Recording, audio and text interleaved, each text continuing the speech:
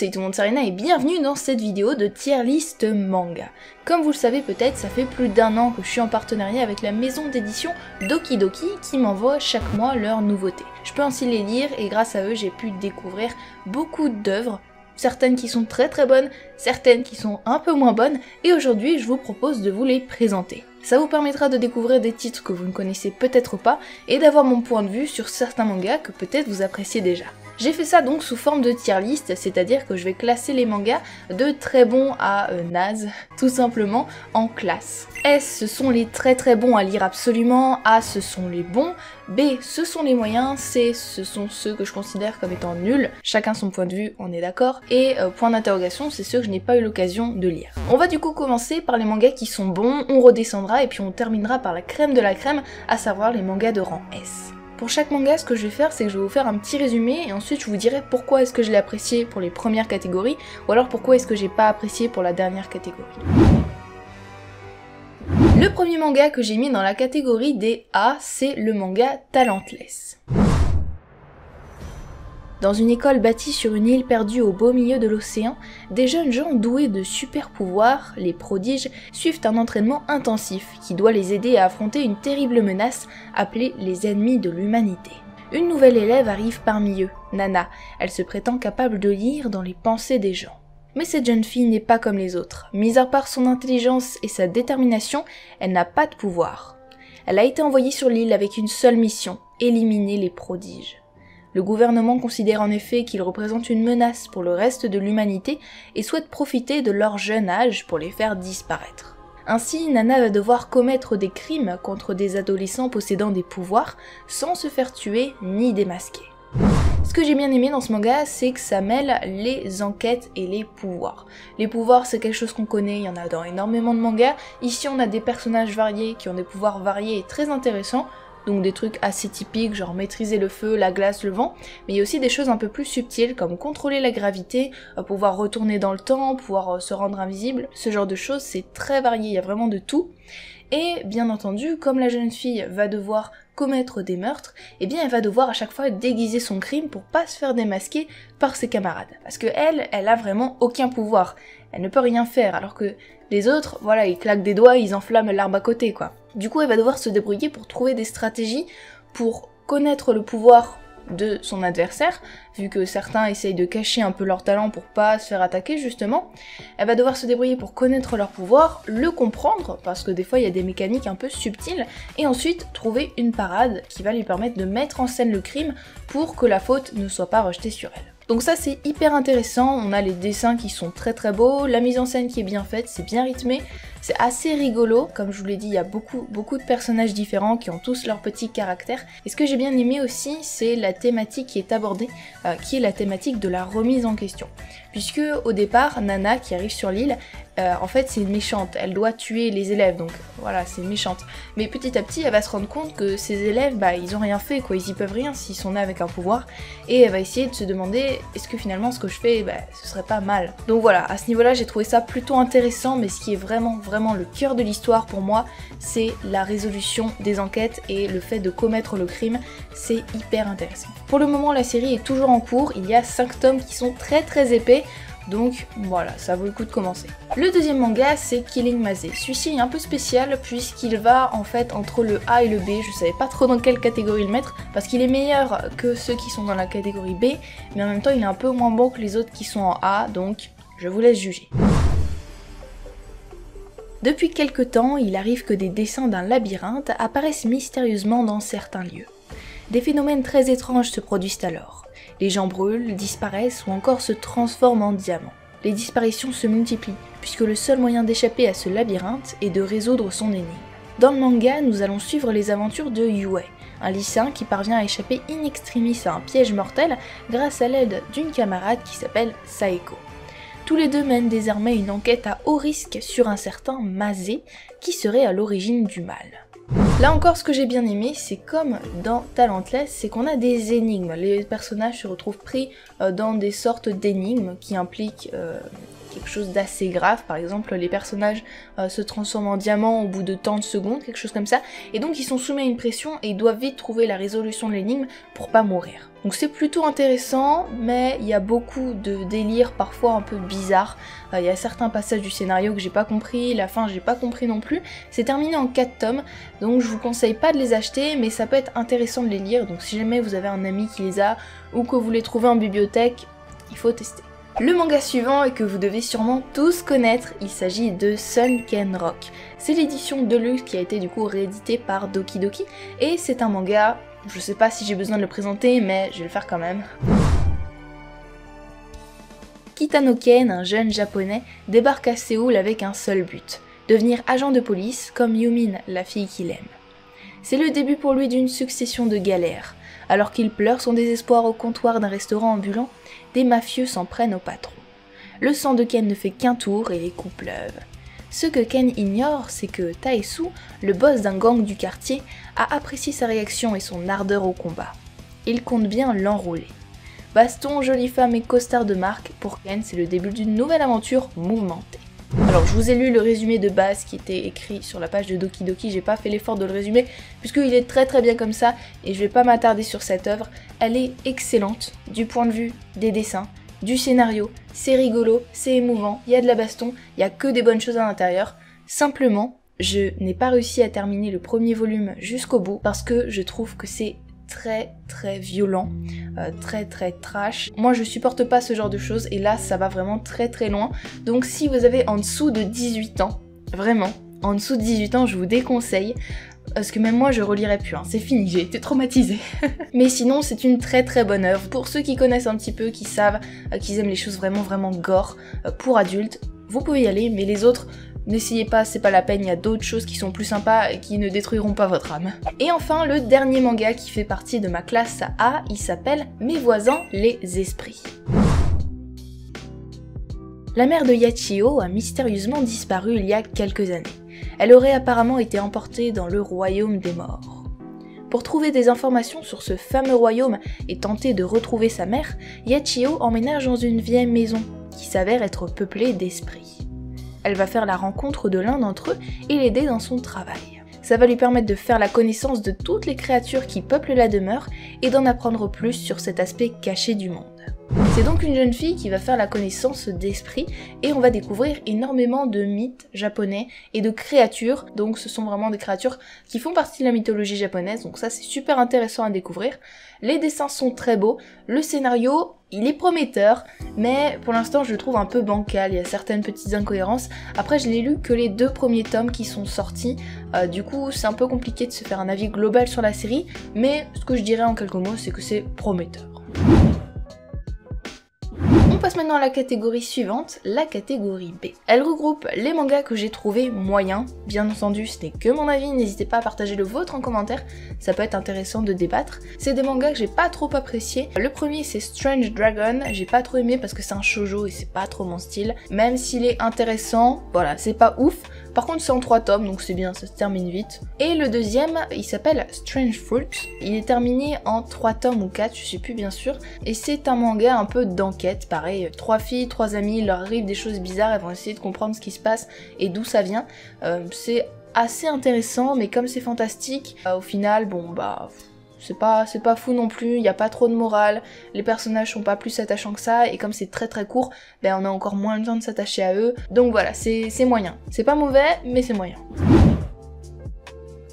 Enfin, les mangas que j'ai trouvés nuls ou qui ne sont pas du tout de mon style, on en a plusieurs. Il y a Freya, 50 nuances de gras, Classroom for Hero. Ces 3-là, c'est parce que ce sont des dessins, je crois qu'on appelle ça du ecchi. Donc voilà, c'est destiné à un public masculin, donc ça ne m'intéresse pas. Et ensuite, on a Atria, les Buchimaru Chaos, qui ont un bon univers et de bons dessins, mais le scénario est hyper bizarre. J'ai pas du tout accroché, donc c'est pour ça que j'ai pas trop aimé. Et je vous affiche maintenant la liste des mangas que j'ai pas eu l'occasion de lire, je sais pas trop quoi en penser du coup. On passe maintenant au top du top, la classe S qui regroupe les mangas que je vous conseille vraiment de lire. En premier on a Kenhen, un manga que je crois que je vous ai déjà présenté sur la chaîne. Dans le Japon antique, au fin fond d'une forêt, se cachent des créatures mi-homme mi-singe appelées Kakuen. Ils habitent près du village de Mitsuke, dans un sanctuaire abandonné. Ces Kakuen sont craints et chassés par les hommes, à cause des légendes qui circulent à leur propos. Les Kakuen kidnapperaient les femmes du village pour les retenir prisonnières dans leur antre. Un beau jour, le village de Mitsuke reçoit un message de la part d'un Kakuen. Il leur somme de déposer une jeune fille dans le sanctuaire abandonné. Pour tenter de sauver les villageoises, un jeune homme part alors chercher de l'aide dans un temple voisin et revient accompagné par un Reiken, un chien magique tueur de démons. Ce chien a pour mission de traquer les Kakuen et de les éliminer. Il part alors en chasse, bien déterminé à accomplir sa mission, et il tombe sur la famille de Kakuen, qui s'avère en fait être super gentils. Ils ont juste besoin d'une femme pour perpétuer leur espèce, parce que les femmes singes, ça n'existe pas. Celui qui a envoyé le message en demandant une femme, Mashira, est un jeune garçon tout à fait sympa et pacifique.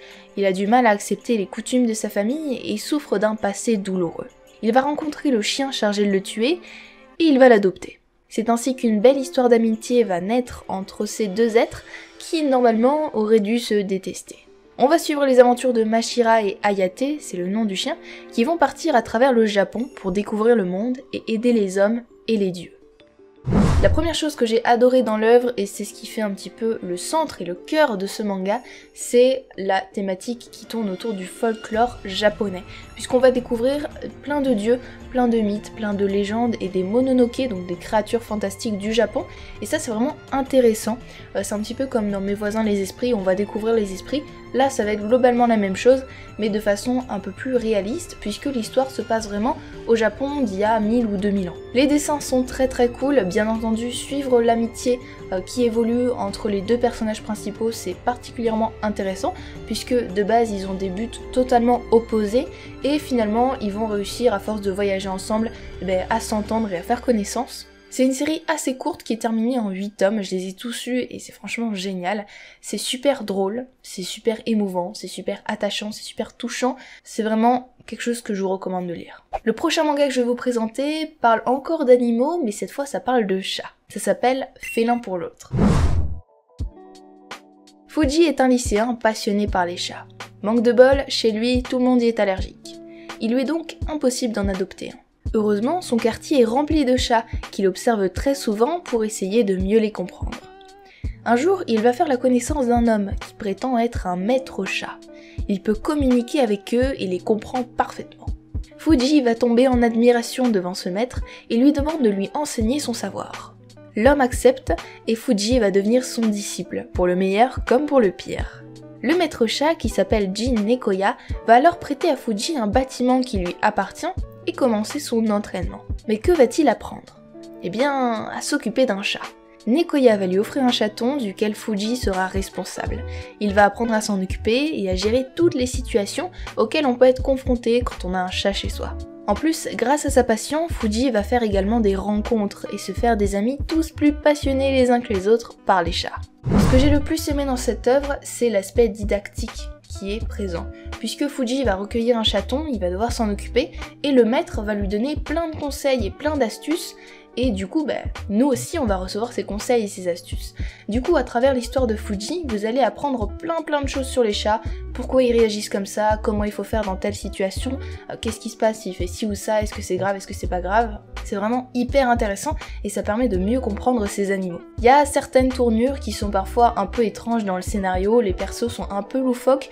On a le cliché par exemple du mec fanat de chat, le cliché du gars qui semble être un gros yankee, en fait c'est un mec hyper sympa, le cliché de la fille hyper timide qui passe son temps à stalker les chats pour les prendre en photo. Franchement c'est hyper drôle, hyper marrant. Tous les personnages sont attachants et apportent quelque chose à l'histoire, et ce qui les unit tous, c'est leur passion pour les chats. Les dessins des chats sont magnifiques, c'est vraiment super beau.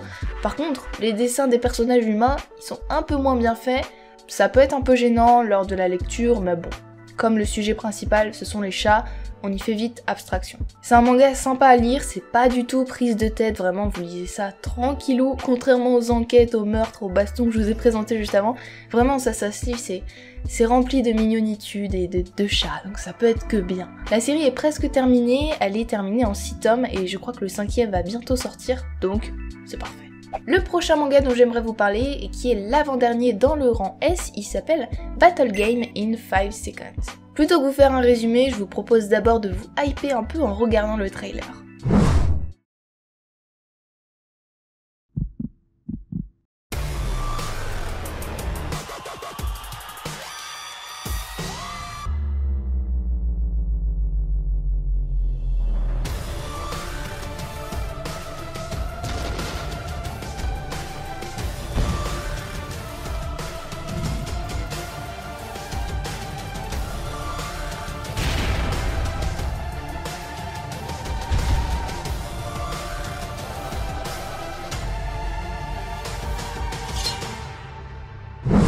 On va suivre Akira, un lycéen passionné de jeux vidéo qui s'est fait enlever par une mystérieuse organisation.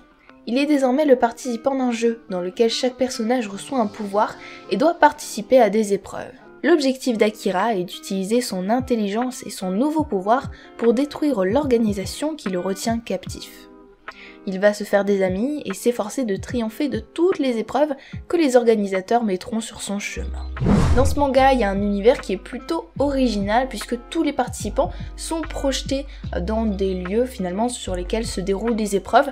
Donc ça peut être un ring, une immense forêt, voilà, il y a des choses différentes et il y a certaines épreuves qui sont particulièrement intéressantes, vous verrez si vous lisez le manga. Les personnages sont très charismatiques, surtout le personnage principal qui est très intelligent, c'est genre l'un des lycéens le plus intelligent du pays et donc il va mettre au point des stratégies pour utiliser au mieux son pouvoir qui est extrêmement particulier. C'est un pouvoir qui lui correspond parfaitement parce qu'il faut beaucoup d'intelligence pour pouvoir l'utiliser. Et il va essayer du coup de vaincre tous ses ennemis, de monter petit à petit dans les épreuves pour pouvoir s'échapper de cet immense jeu. Les pouvoirs des personnages sont très variés, un petit peu comme dans Talentless, il y en a qui ont des pouvoirs assez classiques, comme la maîtrise d'un élément, et il y en a d'autres qui ont des pouvoirs un peu plus originaux, par exemple le pouvoir de la rotation. Il y a un gars, il peut faire tourner des objets, et c'est hyper intéressant parce que comme ça on se dit ouais c'est naze, tu peux faire tourner des objets. Mais en fait non, en fait il a des billes, donc il prend sa bille, il la fait tourner sur elle-même et donc voilà, la bille si elle te touche, elle te transperce, t'es fini quoi. Et donc c'est hyper intéressant parce qu'il y a plein de personnages en fait au début du jeu, quand ils rentrent dans l'organisation, on leur remet un petit bout de papier sur lequel il y a marqué leur pouvoir. Et ils vont devoir apprendre eux-mêmes à comprendre ce qui a marqué, parce que des fois c'est un peu sous forme d'énigmes, et à comprendre comment est-ce qu'ils peuvent utiliser au mieux leur pouvoir. Donc c'est super intéressant puisqu'on va voir certains personnages qui ont des pouvoirs un peu bruts et d'autres qui ont des pouvoirs un peu subtils qui vont au fil des épreuves comprendre comment l'utiliser pour en faire le meilleur usage possible. On a du coup pas mal de combats qui sont hyper impressionnants parce que tout le monde a des pouvoirs très badass et la mécanique propre au scénario est très intéressant puisque parfois par exemple les participants peuvent bloquer le pouvoir de l'ennemi pendant tant de secondes ou voilà, ils peuvent interagir entre eux. En fait il y a des petits mécanismes, je vais pas tout vous dire, mais il y a des choses intéressantes qui remettent un peu de rebondissement dans l'histoire, c'est super cool. Par contre, c'est pas adapté à un public, je dirais, en dessous de 14, même 16 ans. Je pense que 16 ans c'est bien, mais en dessous ça fait peut-être un peu jeune, puisque les personnages qui sont donc amenés dans ce jeu ont des histoires souvent tristes et tragiques,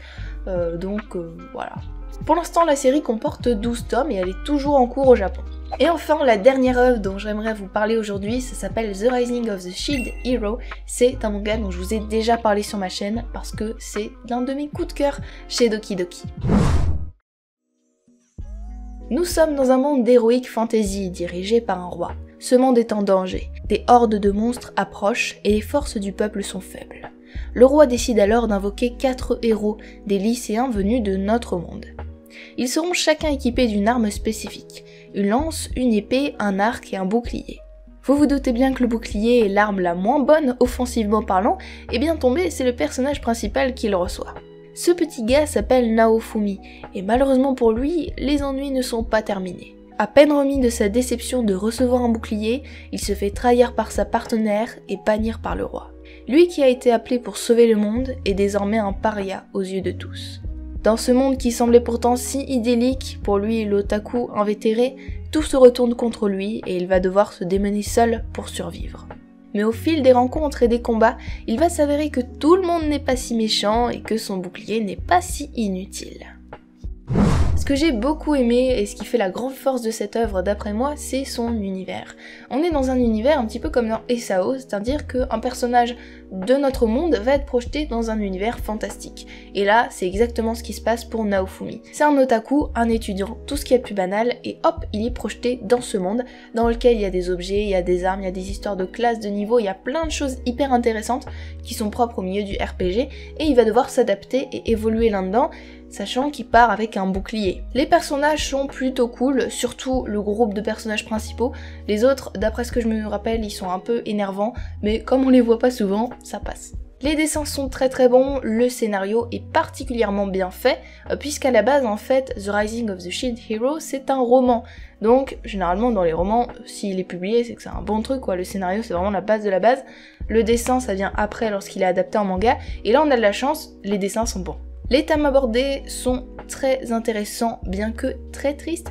Ça parle par exemple d'esclavage, de rejet, de traîtrise, de désespoir. Donc je vous avoue, quand j'ai lu les premiers chapitres, j'étais pas très bien, mais petit à petit, en fait, au fur et à mesure que Naofumi va réussir à sortir la tête de l'eau, le manga va devenir de moins en moins sombre et on va aller vers quelque chose de beaucoup plus joyeux et de beaucoup plus encourageant. Pour le moment, il y a 14 volumes et la série est toujours en cours. C'est un seinen et c'est adapté aux personnes de plus de 14 ans d'après ce que j'ai pu voir à droite à gauche. Je me rappelle pas qu'il y ait grand chose de violent, mais c'est vrai que les thèmes abordés sont tellement sombres que si on n'y est pas préparé, ça peut faire mal. Je suis désolée, depuis tout à l'heure j'ai l'impression que je parle du nez, mais j'ai attrapé un rhume en faisant cette vidéo. J'aurais pas dû me mettre en t-shirt. Et bien écoutez, voilà les amis, c'est fini pour ma tier list. N'hésitez pas vous aussi, si vous avez lu ces mangas, à me faire un petit top de vos œuvres préférées, ça pourrait être intéressant. Et si vous avez des retours à me faire concernant les avis que j'ai pu donner, si vous n'êtes pas d'accord sur certains points, n'hésitez pas aussi à me le dire, ça me permettra peut-être de reprendre les œuvres et de les reconsidérer d'une autre façon, parce qu'il est possible que je les ai lues avec mon point de vue à moi tout simplement, et que j'ai loupé certains trucs. En tout cas, j'espère que cette vidéo vous a plu et vous a permis de découvrir des mangas sympas qui vous donnent envie. Pour résumer, moi il y en a 4 que je vous conseille vraiment, et ce sont les 4 qui font partie du rang S. Bref, je vous remercie d'avoir visionné la vidéo jusqu'au bout, n'oubliez pas de vous abonner pour ne pas louper la suite. On se donne rendez-vous très bientôt. Bye tout le monde!